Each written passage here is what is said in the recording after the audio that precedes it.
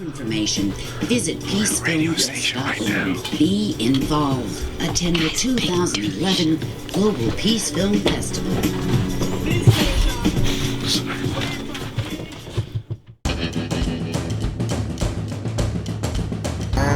Go. We are now in Tampa after a nice 15-hour flight. And we're a little bit tired, but it's all good. We're on our way to Boba International House for our first screening in Tampa, and it's all very exciting.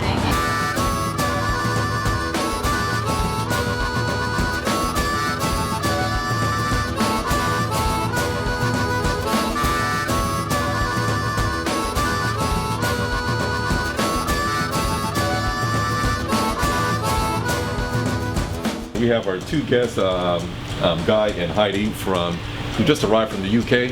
So we'd certainly like to welcome them on this really long trip here to Tampa. So thank you for coming to Tampa.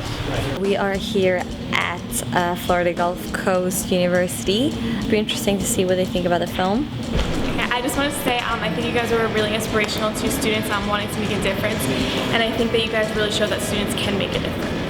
I really enjoyed how the film addressed both sides of the issues and addressed both government and LTT support and opposition, because it really gave both sides, and since I'm not educated on the issue at hand, it gave me a background in each, which I really liked how that was varied. Our documentaries are meant to be thought-provoking and show a lot of different perspectives and get people talking about important global issues. Sri Lanka was the biggest news story in the world. It was this 30-year civil war had just finished. We came along in 2009, just a mere month after the war had finished. This is after, this ended up being a war without witness. I do think it's a very important film that raises very important issues about freedom of expression, about the search for truth. Okay, Ebony, all the way through this trip, you've been feverishly looking at your BlackBerry for news. So why don't you tell us what's been happening?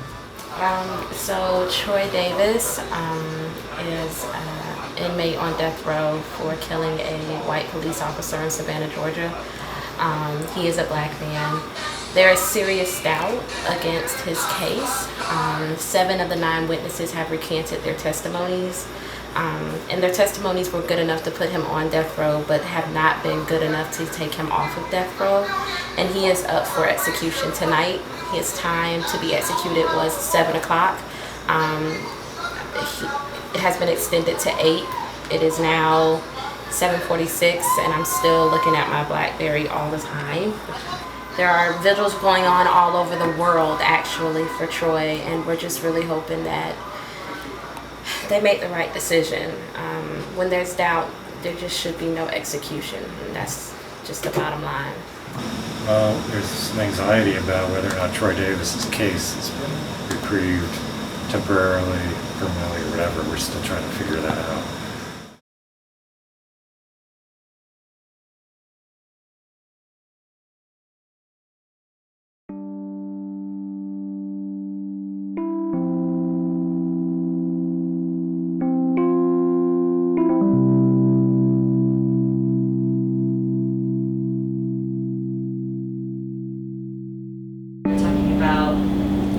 How to get a wide audience to sit down and watch a film on Sri Lanka.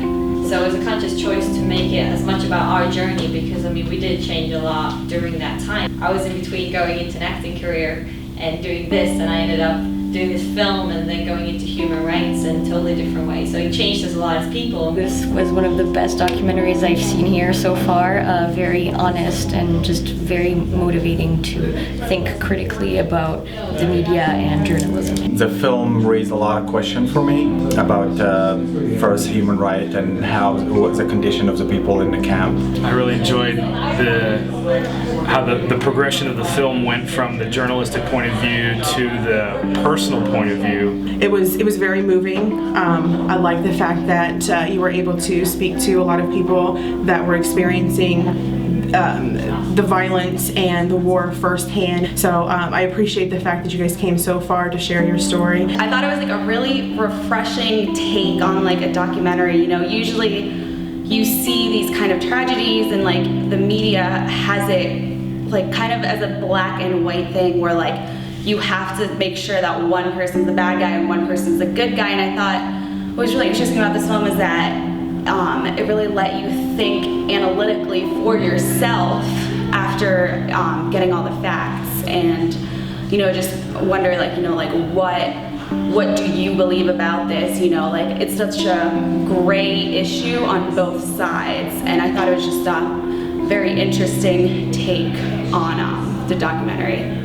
The reactions we had, I think the word refreshing comes up a lot, because I think what we try to do as a documentary outfit is to present perspectives. And what that does really is, with an issue as polarizing as this, it's either, again, black or white, right? So having a film where it does bridge a big canvas but through an emotional story, that lets people say, okay, I'm angry, but right now I just want to see what other people think, because to see other people's perspective just represented in a way that isn't you're wrong, I'm right, that lets people be a little bit open to the idea that they might be wrong. That's really what we wanted to achieve. You'll see that we try to kind of blog everything. Right now we're video blogging. Right now this whole conversation, because this conversation will be online later on, where people can just continue the conversation and perhaps be part of the story as well. You watch a film, you get engaged. Okay, so what now? What are you going to do? So, which is amazing. I mean, it's one of those things that everything came together so well. Like the film, we know works. Us working with Amnesty works perfectly. Like the film festival worked perfectly. They were so nurturing and they were so kind of open to all this kind of thing. And I don't know, it went off like a dream. Really, really, really did. Great cities, great people, great time.